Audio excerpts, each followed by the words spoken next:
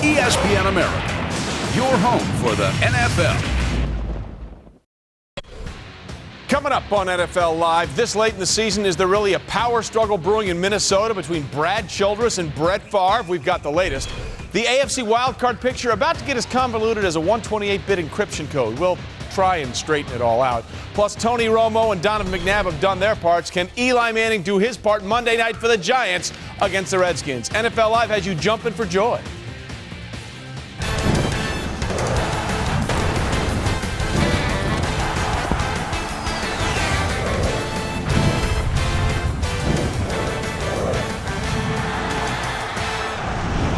Welcome to NFL Live, presented by Pizza Hut.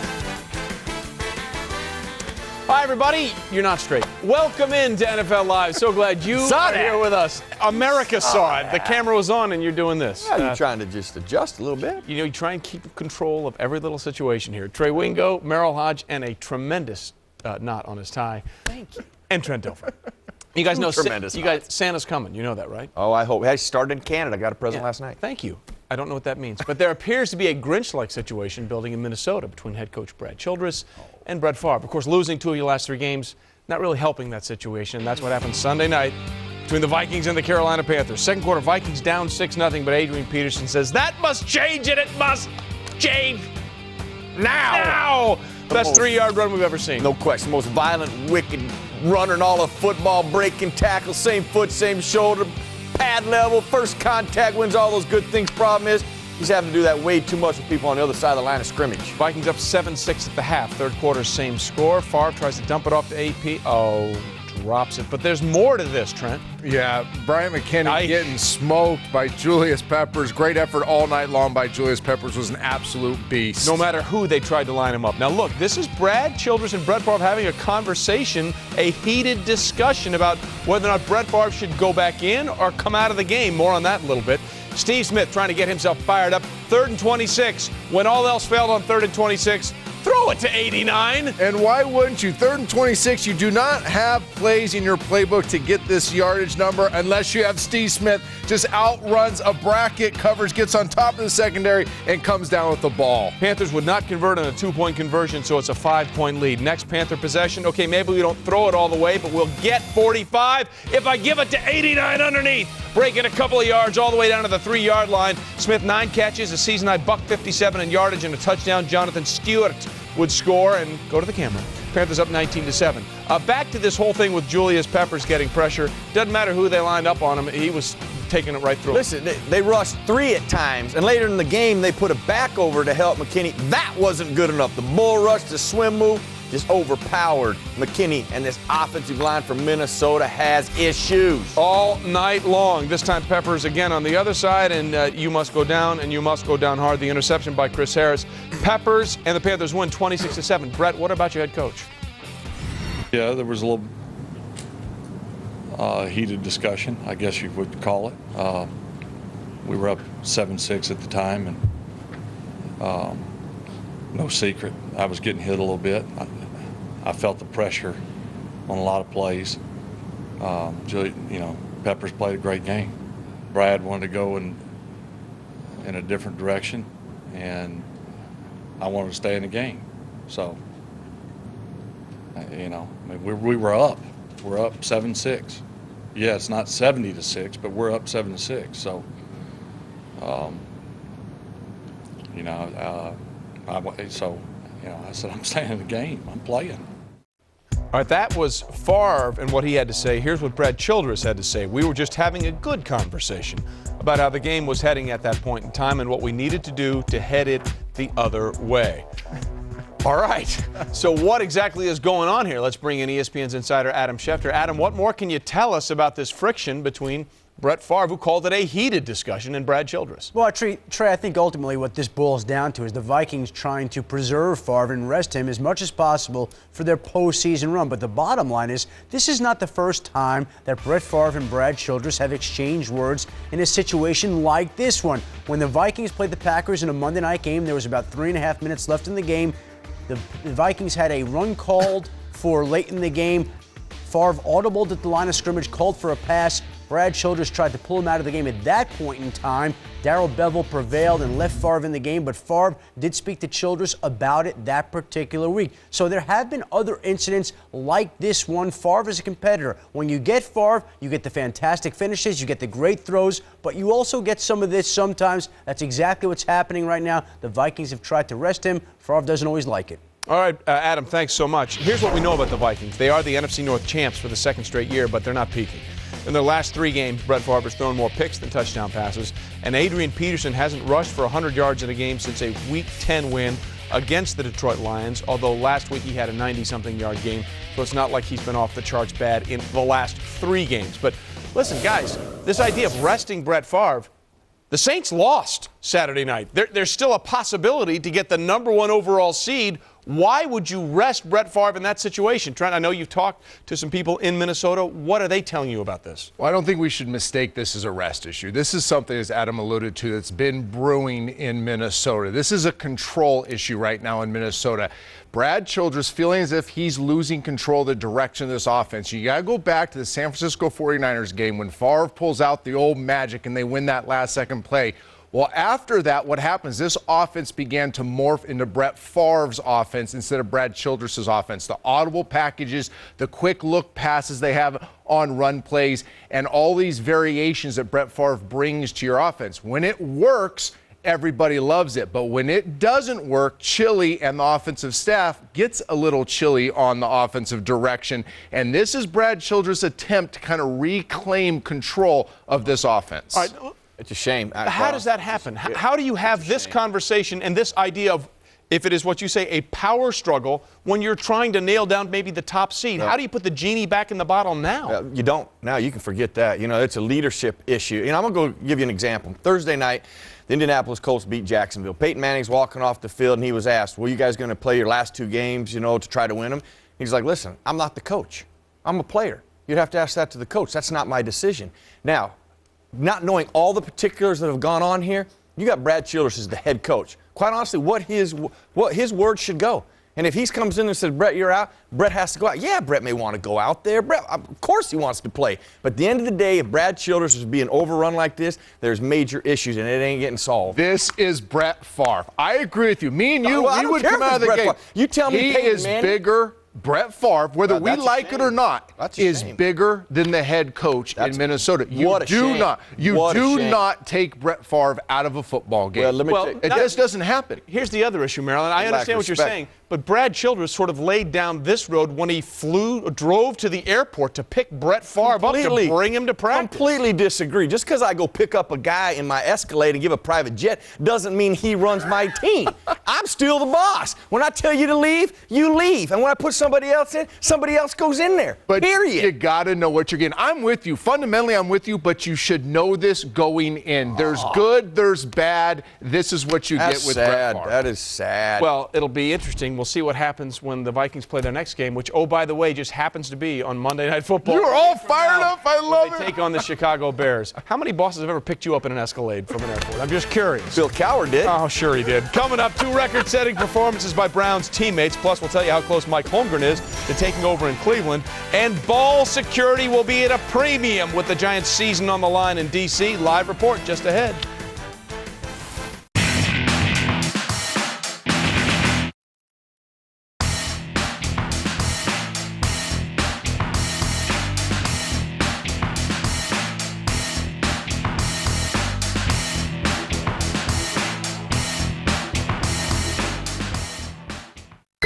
Bowl season has arrived on ESPN America.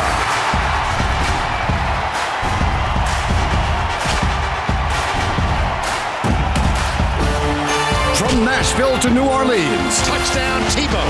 El Paso to Pasadena, Ingram. Watch him go. ESPN America has bowl season covered. You better believe it, baby. For all the great bowl games coming your way, check ESPNAmerica.com today.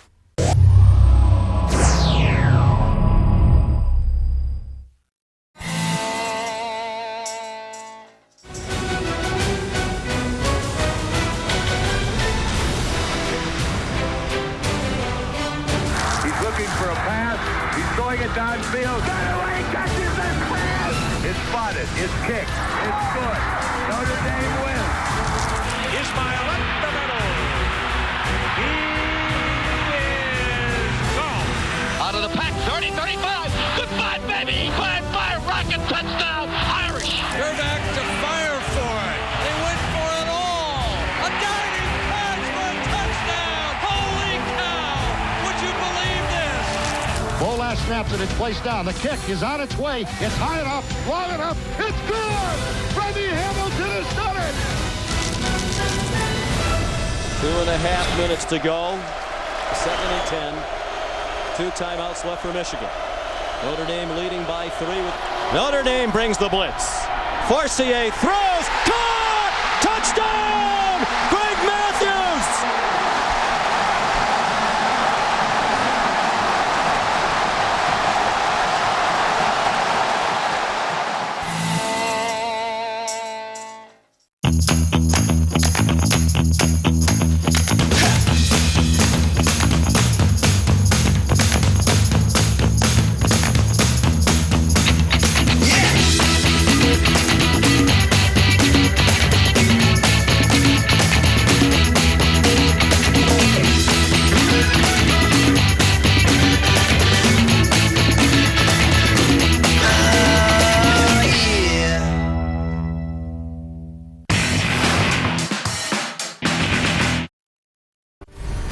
Monday night, don't miss it. NFC East showdown in D.C. Eli Manning and the Giants taking on Jason Campbell at the Redskins. Season on the line for New York. Monday Night Football at 8:30 Eastern. Our coverage begins with Monday Night Countdown, served by Applebee's at 7 Eastern. Well, after a 5-0 start to the season, the Giants have just sort of been hanging in there ever since. Their season on the line tonight. For the latest team reports, we bring in Michelle Tafoya. Michelle, how are the Giants approaching this critical game tonight? Well, Trey, after last week's loss to Philadelphia, in which the Giants lost any chance at winning the NFC East, Tom Coughlin went back to basics. He told us that before he even mentioned the Redskins to his team this week, he talked verbally about the things he thinks his team needs to do to improve. He said it was training camp stuff, the little things, fundamentals, and, you have to stop beating yourself before you can beat anyone else. But he said what he emphasized most was ball security, because the Giants' offense has given up the ball 25 times this season. Compare that to 13 turnovers all of last season.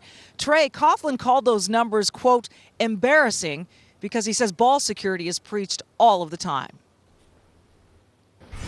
Michelle, with playoff hopes dead, a ton of injuries, and a change at the top with a new GM already complete, a lot of people would have thought the Redskins would quit. Far from it. They're playing their best football of the season. The offense is averaging 31.3 points per game over the last 3, and Jason Campbell, who was briefly benched in Game 6, is playing with more confidence. 11 touchdowns, 6 interceptions since. He told us that the young receivers stepping up has really helped them to be more explosive. And the new play caller, Sherm Lewis, has kept defense on their heels by changing things up. Trey, this team is finally having some fun playing football. Well, football's supposed to be fun. Susie, Michelle, thanks very much. Here's what we got coming up after NFL Live is done. 4 o'clock NFL primetime, 5 o'clock Eastern Around the Horn, 5:30, pardon the interruption. At 6 o'clock, SportsCenter Monday kickoff. At 7 Eastern, Monday Night Countdown. Then at 8:30 Eastern, Giants at Redskins.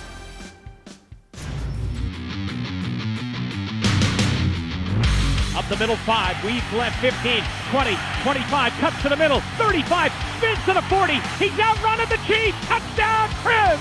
He's to the 5 and 10, he's to the 20, he's to the 30, he's to the 35, 40, and he runs by them again! Here comes Cribbs, touchdown, 102 yards! Well, in only his 5th season, no one has returned more kickoffs for touchdown in their careers than Joshua Cribbs. And he's tied Ollie Matson and Tony Horn for the most touchdowns of at least 100 yards. Clearly, he was a factor in the Browns' win. But, Merrill, he wasn't the only factor back for Cleveland on Sunday. Very true, Trey. In fact, this was a slam dunk. Anytime you break one of Jim Brown's records, there is no question you will be the factor back of the week.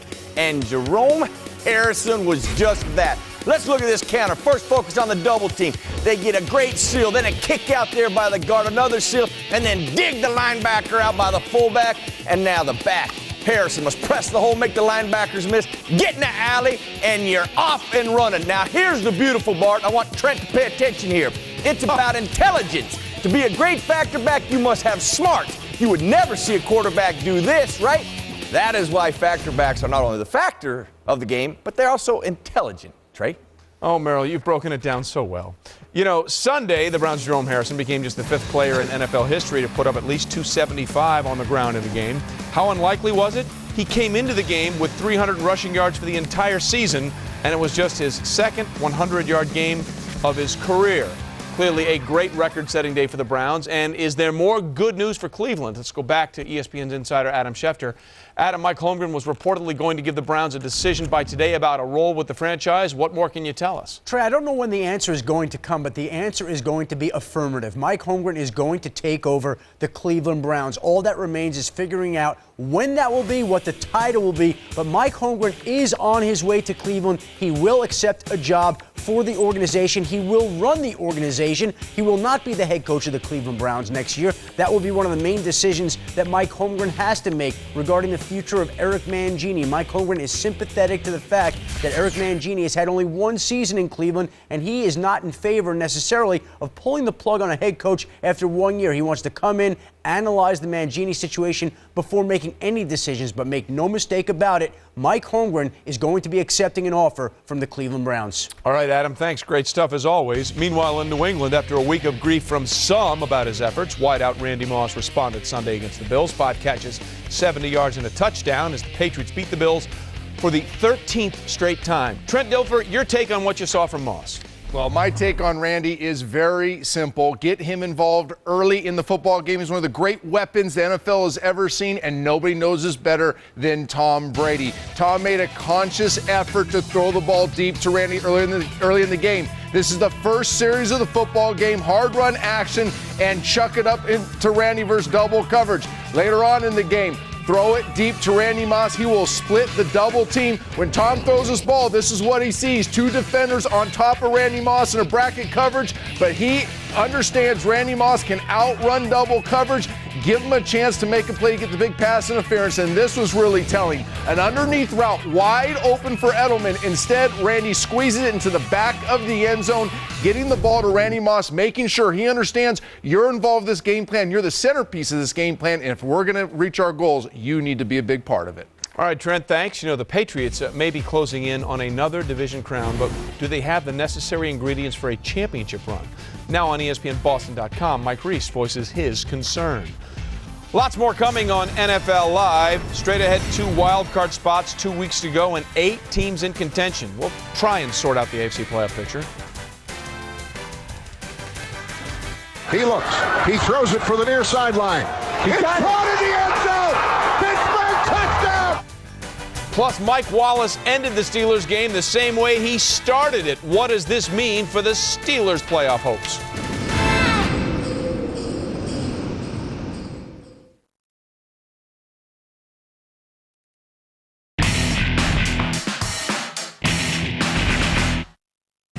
Sunday Night Football, live on ESPN America. 50-5, touchdown! 3 big games are coming your way on a Super Sunday of hard-hitting NFL action. Oh my goodness! With the playoffs just around the corner, we'll bring you all the key matchups in the race to Super Bowl 44. And it's all live. 3 thrilling games, 1 big night. Sunday Night Football, live 1700 CET on ESPN America. Watch the very best live sports action online with the new and improved espn360.com.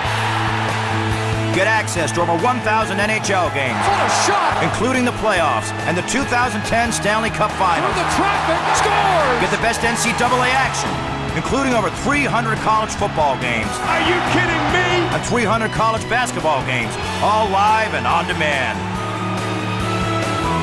Simply choose a package that suits you. To watch the NHL or college sports online this season, simply go to www.espn360.com. His first professional pass is a 62-yard strike to Michael Jenkins. They don't script this stuff in Hollywood, Arch. A laser shot from Matt Ryan. It's a bootleg on 4th and 3 inches. Caught! Touchdown! Sails it downfield. Roddy White's there. It's caught! 10-5. Touchdown Atlanta! NFL on ESPN America. You wonder how I practice keeping both feet down?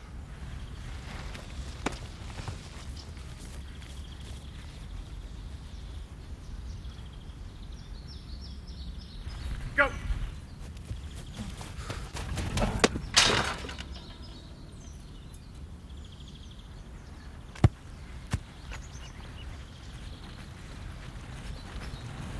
Still wondering?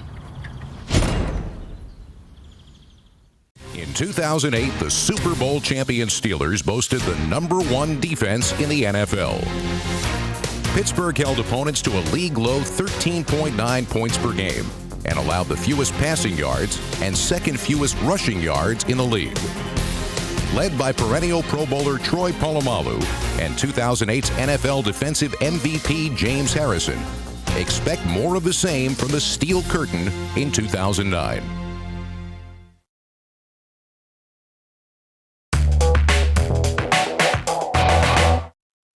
The Jets may never want to look at the tape of their game Sunday against the Falcons again. Kellen Clemens can't get the field goal snap down. Bobbled snap. Jay Feely never had a chance. Then when Jay Feely did have a chance, wide right. Okay, they're 0 for 2 in the field goal situation. Let's make it 0 for 3 as it's blocked. That's the hat trick you don't want. 3 attempts at a field goal, not a Bupka squat. And then with 4th and goal, Matt Ryan to Tony Gonzalez, touchdown. Trent, how did he get open? Well, Falcons do a great job motioning Roddy White. That messes up the bracket coverage. Now the bracket goes on the outside 2 receivers, leaving Tony Gonzalez a little seam on the inside. David Harris has to understand the motion play underneath it. They have enough defenders, but they don't execute properly. That's why they give up the game winner. Falcons win it, and the Jets lose it. All right, now the Packers and Steelers. Packers came in having won 5 in a row. Steelers had lost 5. They're up too late. They had tried a surprise onside, but the ball didn't go 10 yards. Illegal touch. So the Packers have the ball. Mike Tomlin, whoa, 3rd and 14. How on 3rd and 14 is James Jones this wide open? Touchdown. They get a 2-point conversion. They lead 36-30. So on the next drive, Ben Roethlisberger, who threw for over 500 yards, needed every single one of them. Mike Wallace, touchdown. They kicked the extra point to win. You got to look at 2 Super Bowl MVPs, and you got Heath Miller, big-time target. Ben will start with these MVPs, work across, but he gets the one-on-one matchup with Mike Wallace against Josh Bell, who has not played very much. Ben eventually gets to the right guy. They win it, but after the onside kick. I was just trying to win a football game. First and foremost, I wanted the ball. We hadn't stopped them in the second half. Now they hadn't stopped us. Both teams were driving the football. So I wanted to maintain possession of it. We weren't able to do that. I figured if they're working on the short field and they were to happen to score, we'd have appropriate time to drive down the field, which is kind of how the game unfolded. You know, we're on life support here in terms of staying in the hunt for the playoffs. Hopefully we can use this momentum and get ready to play Baltimore next week. The good news is they won the game. But had they lost the game, we would have a Belichick 4th and 2 discussion going on for weeks and weeks about what that call was. Your thoughts on a surprise onside kick and Mike Tomlin saying, we basically couldn't stop them. Yeah, well, listen, just from a player's perspective, I would be angry at that. I mean, even though realistically the Steelers have given up big play after big play defensively. Even in that game, they were giving up, what was it, 3rd and 13, 3rd and forever, and constantly giving up those plays. Mike Tomlin, you heard the element of surprise. They executed it almost perfectly, just about a yard short of it. But what was interesting, well, that's exactly what happened with the Patriots and the Colts. Just watching the Packers, Bush was not fooled by it. A guy that the ball was going to, he responded beautifully. He just was blocked. I want a lot of things. He wants the ball. I want a lot of things, but I still have to be wise in my decision making. This is an unwise decision. There's no justifying this type of decision in this football game. Head coaches are supposed to look at the game globally, understand the entire game, not just the second half. 7 out of 11 Pittsburgh Steelers defensive possessions up until the final drive, they had won. They had forced punts, missed field goals, and a half they had won more than they lost. They weren't gashing them the entire game. He needs to understand that. All right, so with the win, the Steelers are in the playoff picture still. They're one of 6 teams at 7-7 trying to hang on and get into one of those wild card spots. Things are going to clear up in a major way next Sunday when Pittsburgh plays host to the Ravens in a huge showdown for the wild card situation in the AFC. When we continue on NFL Live, the best of the best that we saw from Sunday. Sunday standouts coming. Stay with us.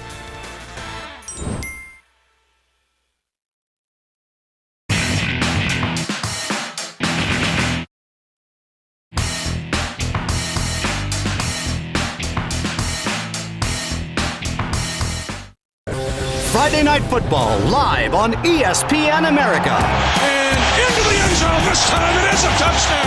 It's an AFC Christmas showdown. Looking the end zone, throws it over the middle. Touchdown. As the first place San Diego Chargers roll into Nashville to face the Titans. Friday Night Football live at midnight 30 GMT on ESPN America. For the widest choice of official North American sports merchandise, for the perfect gift to collect or just to look good and support your team, visit espnamerica.com. Snap this back to Ronnie Brown. Run to the right. Oh, yes! Into the end zone. Touchdown, Dolphins. Wildcat. That's our playbook now. Once again, direct snap to Ronnie Brown. Fakes it to the left. Throws to the right. Yes! He's got it! That's the way it's going to be. Whatever it takes. Wildcat offense again. And it once. Now tips it back. Oh, my God! Downfield. He's got a receiver. It's going to be a touchdown, Dolphins. NFL on ESPN America.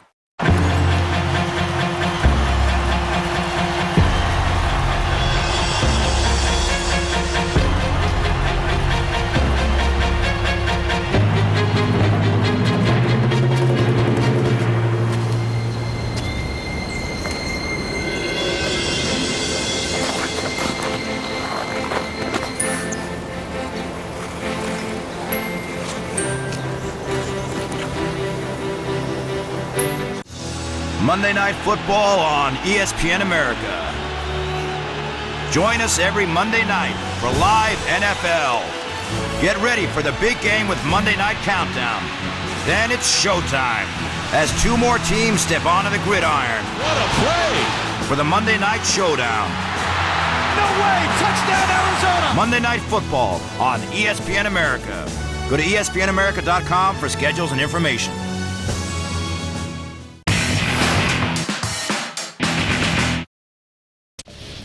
Monday staple, Sunday standouts. Trent, best pass was? Oh, no brainer. Dime of the day is Ben Roethlisberger. This guy throws for 503 yards, needs every ounce of it, and ends it with one of the great throws of the season. There is no defense, Trey, for what? A perfect throw. And that's what that was. Pretty good catch, too, a la Santonio Holmes at the Super Bowl. Best run, Merrill? All of Cleveland's entire special teams revolves around Joshua Cribbs. Now, he sometimes gets a seal here and a seal there and an alley, and then there's other times just get out of his way as he breaks every tackle with his speed and agility. Best run of the day, Joshua Cribbs. We can only show one because he had two on this particular day. And now he's the record holder. 8 kick returns for scores. Best catch, Trent. Guess what? I am going to show two, Merrill. Brian Hartling, look at this play. Steals it away from the defender, tips it to himself, and this sets him up for the game-tying drive. But how about earlier in the game? This is a team catch right here by the Miami Dolphins. Tip, tip, tip. Little assist, Nice. Devontae Davis bringing it home for the INT. That was a bunch of good catches. Larry Fitzgerald also tipped one to himself. Best hit.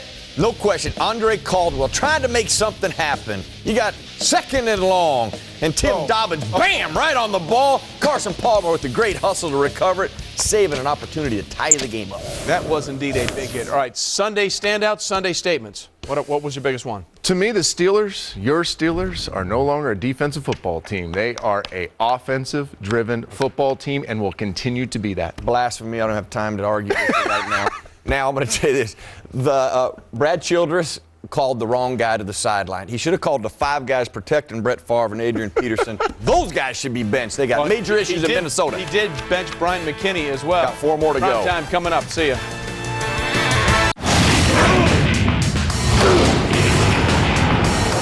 ESPN America, your home for the NFL.